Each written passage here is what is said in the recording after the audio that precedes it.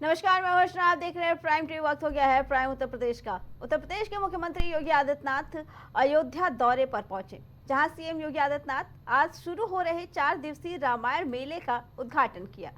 ये मेला 5 से 8 दिसंबर तक सरयू तट स्थित राम कथा पार्क में आयोजित किया जाएगा, जहां गीत संगीत और आध्यात्म का अद्भुत संगम देखने को मिलेगा।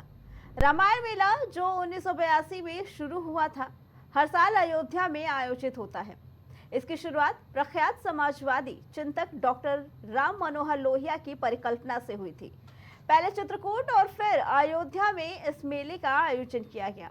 इस मेले का उद्घाटन उस समय के मुख्यमंत्री श्रीपति मिश्र ने किया था और तब से संस्कृति विभाग द्वारा विभिन्न सांस्कृतिक कार्यक्रमों का आयोजन किया जाता रहा है। बाधा पैदा करने वाले लोग वे सफल रहे और उन्हीं की जो जीन्स है वे आज भी हैं, जो जाति के नाम पर राजनीति करके सामाजिक ताने बाने को छिन्न भिन्न करने का प्रयास कर रहे हैं। दुश्मन बगल के देश में किस प्रकार का कृत्य कर रहे हैं, याद रखना। किसी को अगर गलतफहमी हो, 500 वर्ष पहले बाबर के एक सिपह सालार ने जो कुंभ अयोध्या में किया था, जो काम संभल में किया था, और जो काम आज बांग्लादेश के अंदर हो रहा है, तीनों की प्रकृति, तीनों का डीएनए एक जैसा है। गलतफहमी में मत रहना।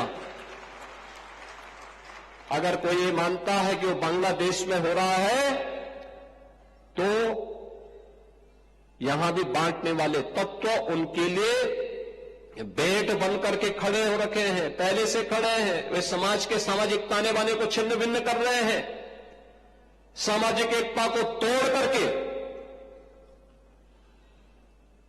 आपको बांट करके फिर काटने का और कटवाने का पूरा इंतजाम भी कर रहे हैं। हमारे रामायण मेला समिति बता दें कि आज मुख्यमंत्री योगी आदित्यनाथ अयोध्या पहुंचे और 4 दिवसीय रामायण मेले का आयोजन के लिए उन्होंने शुभारंभ किया। बता दें कि 4 दिवसीय ये मेले का आयोजन किया जाएगा, जो रामायण मेले ग्राउंड में किया जाएगा। योगी आदित्यनाथ आज इसके लिए अयोध्या पहुंचे। उन्होंने रामलला के दर्शन भी किए और बता दें कि हनुमानगढ़ी में भी उन्होंने दर्शन किए और उसके बाद मेले के आयोजन का उन्होंने निरीक्षण किया और लोकार्पण भी किया। इसी पे आगे जानकारी देने के लिए हमारे साथ हमारे सहयोगी शहबाज जुड़ चुके हैं। शहबाज, आज मुख्यमंत्री अयोध्या पहुंचे थे रामायण मेले के उद्घाटन के लिए, क्या कहना है इसके बारे में? आपको बताना चाहेंगे कि आज योगी आदित्यनाथ का कार्यक्रम था, अयोध्या गए थे और 4 दिवसीय रामायण मेले का उन्होंने उद्घाटन किया। इस दौरान वो कहीं ना कहीं संभल और बांग्लादेश जैसी घटनाओं पर विपक्ष पर और लामबंद दिखाई दिए। उन्होंने साफ तौर पर यह भी बोला कि ये बांग्लादेश से लेकर संभल में जो भी घटनाएं हो रही हैं या फिर भूतपूर्व जो घटनाएं हुई थी, उन्होंने 500 साल पहले का जिक्र किया। अयोध्या में जब बाबरी मस्जिद की घटना हुई थी, तो उस दौरान उन्होंने बोला कि इन सब का डीएनए कहीं ना कहीं एक है। जी शहबाज, और एक बार फिर वार पलटवार चालू हो गया है, क्योंकि सीएम योगी आदित्यनाथ ने आज अयोध्या में ग्राउंड पे जो भाषण दिया, जो उन्होंने कहा कि जो विपक्ष की विकृति बताई कि जो विपक्ष के लोग हैं उनकी मानसिकता भी बाबर जैसी ही है। जी बिल्कुल, क्योंकि लगातार आप देख रहे हैं कहीं ना कहीं संभल को लेकर विपक्ष जो है सियासत करता हुआ नजर आ रहा है। तो वहीं सीएम योगी आदित्यनाथ ने ऐसे लोगों को सीख देते हुए बोला है कि जो संभल में घटा है या फिर जो बांग्लादेश में जैसे हालात पैदा हो रहे हैं, कहीं ना कहीं इन सबकी जो डीएनए है वो सेम है, एक जैसा है। और इससे पहले भी सीएम योगी आदित्यनाथ अपने बयानों के लिए हमेशा से जाने जाते रहे हैं और दो टूक उनकी बात है। और जितने भी दंगाई हैं उनके लिए भी सीएम योगी आदित्यनाथ ने बीते कल जो बैठक की थी उसमें सख्त निर्देश दिए थे। जहां एक तरफ विपक्ष का जो विपक्ष संभल वाले मुद्दे पर सियासत कर रहा है, तो वहीं सीएम योगी आदित्यनाथ ऐसे लोगों से सख्ती से निपटने के निर्देश लगातार जारी करते हुए नजर आ रहे हैं। यानी जिन उपद्रवियों को सरकार उपद्रवियों की नजर से देख रही है संभल हिंसा में, तो वहीं विपक्ष उनको कहीं ना कहीं एक विक्टिम कार्ड की तरह इस्तेमाल करता हुआ नजर आ रहा है। तो पीएम योगी आदित्यनाथ ने जब कल बैठक की थी, उसमें भी उस बैठक में भी उन्होंने साफ निर्देश दिए थे कि उपद्रवियों के साथ सख्ती से निपटें और जो भी नुकसान हुआ है उनसे उनकी भरपाई करें। यानी कि सीएम योगी आदित्यनाथ ने पहले दिन कहा था कि जो नुकसान हुआ है उसकी भरपाई दंगाई ही करेंगे, जो उपद्रवी वही करेंगे।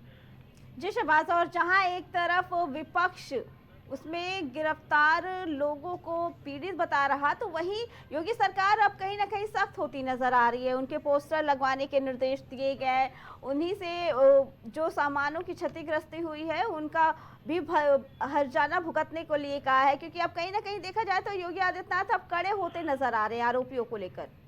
जी बिल्कुल अर्चना, क्योंकि याद होगा आपको कि साल 2020 में जिस तरीके से एनआरसी में दंगे हुए थे, उसके बाद सरकार ने पोस्टर लगा के ऐसे दंगाइयों को चिन्हित किया था और साथ ही साथ ये एक नई पहल थी योगी सरकार की तरफ से और सरकार का एक सजा देने का भी एक नया तरीका देखा गया था और खासी इसकी प्रशंसा भी हुई थी योगी आदित्यनाथ के इस कार्य की, क्योंकि कहीं ना कहीं बुलडोजर मामले पर जहां सुप्रीम कोर्ट ने रोक लगाई है, उसके बाद सीएम योगी आदित्यनाथ ने अपने पुराना तर्कश खेला है जो पहले उन्होंने किया था इससे पहले, ठीक वैसे ही उन्होंने एक बार फिर से यहाँ पर फैसला लिया है कि जो भी दंगाई है उनके पोस्टर लगाए जाए और जो उनको चिन्हित किया जाए, ताकि जो नुकसान की वसूली है, जो भरपाई है, कहीं ना कहीं उनसे की जाए। तो देखना होगा अर्चना कि आखिर सीएम प्रशासन द्वारा ये कार्रवाई कब करी जाएगी और कब संबल में पोस्टर लगाए जाएंगे। जी शहबाज, और आज 4 दिवसीय रामायण मेले का उद्घाटन किया योगी आदित्यनाथ ने। इस मेले में कौन कौन से कार्यक्रम आयोजित किए जाएंगे 4 दिनों तक, क्या ऐसी जानकारी मिल पाई है? जी बिल्कुल, यहाँ पर देखिए आपको बताना चाहेंगे कि तमाम सांस्कृतिक कार्यक्रम का आयोजन होता है और गीत संगीत का भी कार्यक्रम रखा जाता है और अध्यात्म का ये अद्भुत संगम देखने को मिलेगा। ये 4 दिवसीय रामायण मेले का जो आज से आगाज हो गया है और संगम नगरी में लगता है, काफी प्रसिद्ध मेला और ऐतिहासिक मेला है। लगभग आज से नहीं, ये 1982 से यहाँ पर हर साल आयोजित होता है और सरकार जब से योगी आदित्यनाथ की आई है तो प्रमुख रूप से इसको प्रमुखता दी जा रही है और लगातार इस पर काम किया जा रहा है सरकार द्वारा। जी शहबाज, आपका बहुत बहुत धन्यवाद। तो आज सीएम योगी आदित्यनाथ अयोध्या पहुंचे, जिन्होंने रामायण मेले का उद्घाटन किया। बता दें कि 4 दिवसीय ये मेले का आयोजन रहेगा, जिसमें कई कार्यक्रम होंगे।